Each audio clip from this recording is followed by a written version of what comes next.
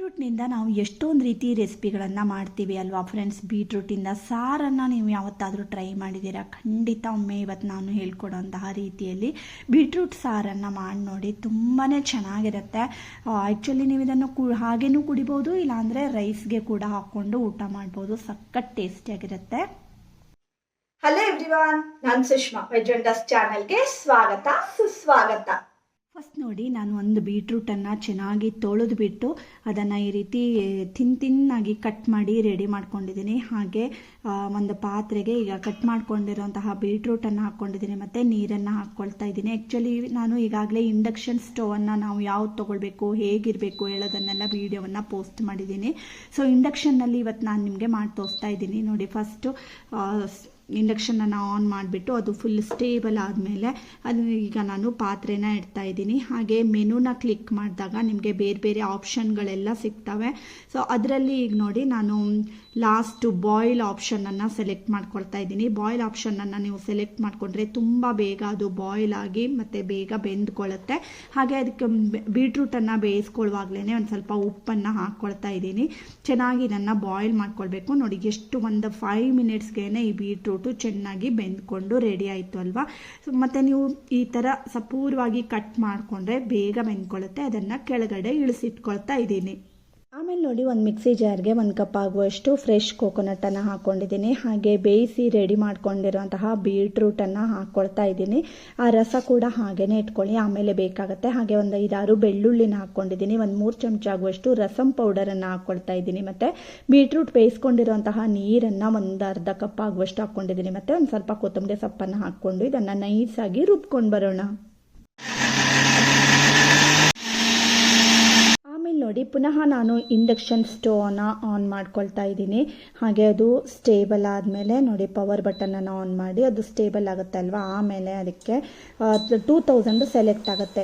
ಆಮೇಲೆ ಮ್ಯಾನ್ಯುಯಲ್ದಲ್ಲಿ ನಮಗೆ ಯಾವ ರೀತಿ ಹೀಟ್ ಬೇಕು ಅಂತ ನೋಡಿಕೊಂಡು ಸೆಲೆಕ್ಟ್ ಮಾಡ್ಕೊಳ್ಳೋಣ. 500 ನಾನು ಸೆಲೆಕ್ಟ್ ಮಾಡ್ಕೊಂಡಿದ್ದೀನಿ. ಹಾಗೆ ಅದಕ್ಕೀಗ ಒಂದು ಸ್ವಲ್ಪ ಎಣ್ಣೆನ ಹಾಕ್ಕೊಂಡು ಉದ್ದಿನಬೇಳೆ, ಸಾಸಿವೆ, ಜೀರಿಗೆ ಇದೆಲ್ಲ ಹಾಕ್ಕೊಂಡು ಒಂದು ಸ್ವಲ್ಪ ಅದನ್ನು ಗೋಲ್ಡನ್ ಬ್ರೌನ್ ಆಗೋ ತನಕ ಈ ರೀತಿ ಹುರ್ಕೊಳ್ಬೇಕಾಗತ್ತೆ.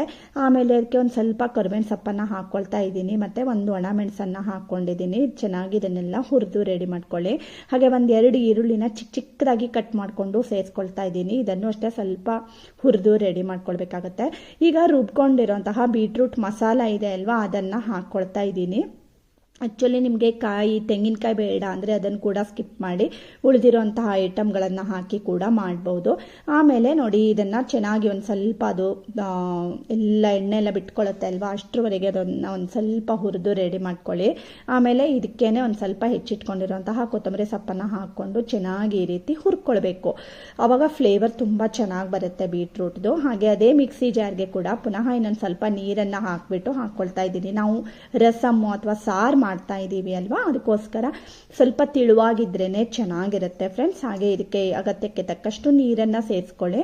ಹಾಗೆ 1 ಚಮಚ ಮೆಣಸಿನ ಪುಡಿ, ಹಾಗೆ ರುಚಿಗೆ ತಕ್ಕಷ್ಟು ಉಪ್ಪು, ಒಂದು ಸ್ವಲ್ಪ ಇಂಗು ಮತ್ತು 1 ಚಮಚ ಆಗುವಷ್ಟು ಅರಿಶಿನ, ಇದಿಷ್ಟನ್ನು ಹಾಕ್ಕೊಳ್ತಾ ಇದ್ದೀನಿ. ಚೆನ್ನಾಗಿ ಇದನ್ನೆಲ್ಲ ಮಿಕ್ಸ್ ಮಾಡಿ ಬಾಯ್ಲ್ ಆಗೋದಕ್ಕೆ ಅಂತ ಇಟ್ಕೊಳ್ಳಿ. ನೀವು ಬೇಕಿದ್ರೆ ಗ್ಯಾಸ್ ಸ್ಟವ್ ಮೇಲೆ ಕೂಡ ಮಾಡ್ಬೋದು, ಇಲ್ಲಾಂದರೆ ಈ ಥರ ಇಂಡಕ್ಷನ್ದಲ್ಲಿ ಕೂಡ ಮಾಡ್ಬೋದು. ಹಾಗೆ ಒಂದು ಸ್ವಲ್ಪ ನೀರನ್ನು ಹಾಕ್ಕೊಳ್ತಾ ಇದ್ದೀನಿ. ಇನ್ನೂ ಒಂದು ಸ್ವಲ್ಪ ತೆಳುಬೇಕು ಅಂದ್ಬಿಟ್ಟು ಚೆನ್ನಾಗಿ ಈ ರೀತಿ ಎಲ್ಲ ಮಿಕ್ಸ್ ಆಗಿ ಆದಮೇಲೆ 1 ಚಮಚ ಆಗುವಷ್ಟು ಬೆಲ್ಲನ ಹಾಕ್ಕೊಳ್ತಾ ಇದ್ದೀನಿ. ಬೀಟ್ರೂಟ್ ಆಲ್ರೆಡಿ ಸಿಹಿ ಇರುತ್ತೆ, ಬೆಲ್ಲ ಬೇಡ ಅಂದರೆ ನೀವು ಸ್ಕಿಪ್ ಮಾಡ್ಬೋದು, ಬಟ್ ಹಾಕ್ಕೊಂಡ್ರೆ ಚೆನ್ನಾಗಿರುತ್ತೆ.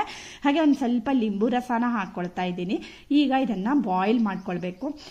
ರೈಸ್ ಜೊತೆಗಂತೂ ತುಂಬಾ ಟೇಸ್ಟಿಯಾಗಿರುತ್ತೆ ಫ್ರೆಂಡ್ಸ್. ದಿಢೀರಾಗಿ ಕೂಡ ನಾವು ಮಾಡ್ಕೊಳ್ಬೋದು. ಕುಕ್ಕರ್ ಇಡುವಾಗಲೇ ನೀವು ಒಂದು ಅರ್ಧ ಬೀಟ್ರೂಟನ್ನು ಬೇಯಿಸ್ಕೊಂಡ್ರೆ ಕೂಡ ಇಷ್ಟು ಟೇಸ್ಟಿಯಾಗಿರುವಂತಹ ಒಂದು ಬೆಸ್ಟ್ ರಸಮನ್ನು ನೀವು ರೆಡಿ ಮಾಡ್ಕೊಳ್ಳೋದಕ್ಕಾಗುತ್ತೆ. ಹಾಗೆ ಹೆಚ್ಚಿಟ್ಕೊಂಡಿರೋಂತಹ ಕೊತ್ತಂಬರಿ ಸೊಪ್ಪನ್ನು ಕೂಡ ಹಾಕ್ಕೊಂಡಿದ್ದೀನಿ.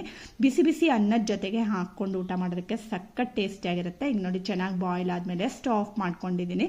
ಒಂದು ಬೆಸ್ಟ್ ಬೀಟ್ರೂಟ್ ರಸಮ್ ಈಗ ರೆಡಿ ಆಯಿತು ಫ್ರೆಂಡ್ಸ್. ರಸಮ್ ಇಷ್ಟ ಆದರೆ ಲೈಕ್ ಮಾಡಿ, ಶೇರ್ ಮಾಡಿ ಮತ್ತು ಸಬ್ಸ್ಕ್ರೈಬ್ ಮಾಡಿ. Thank you for watching.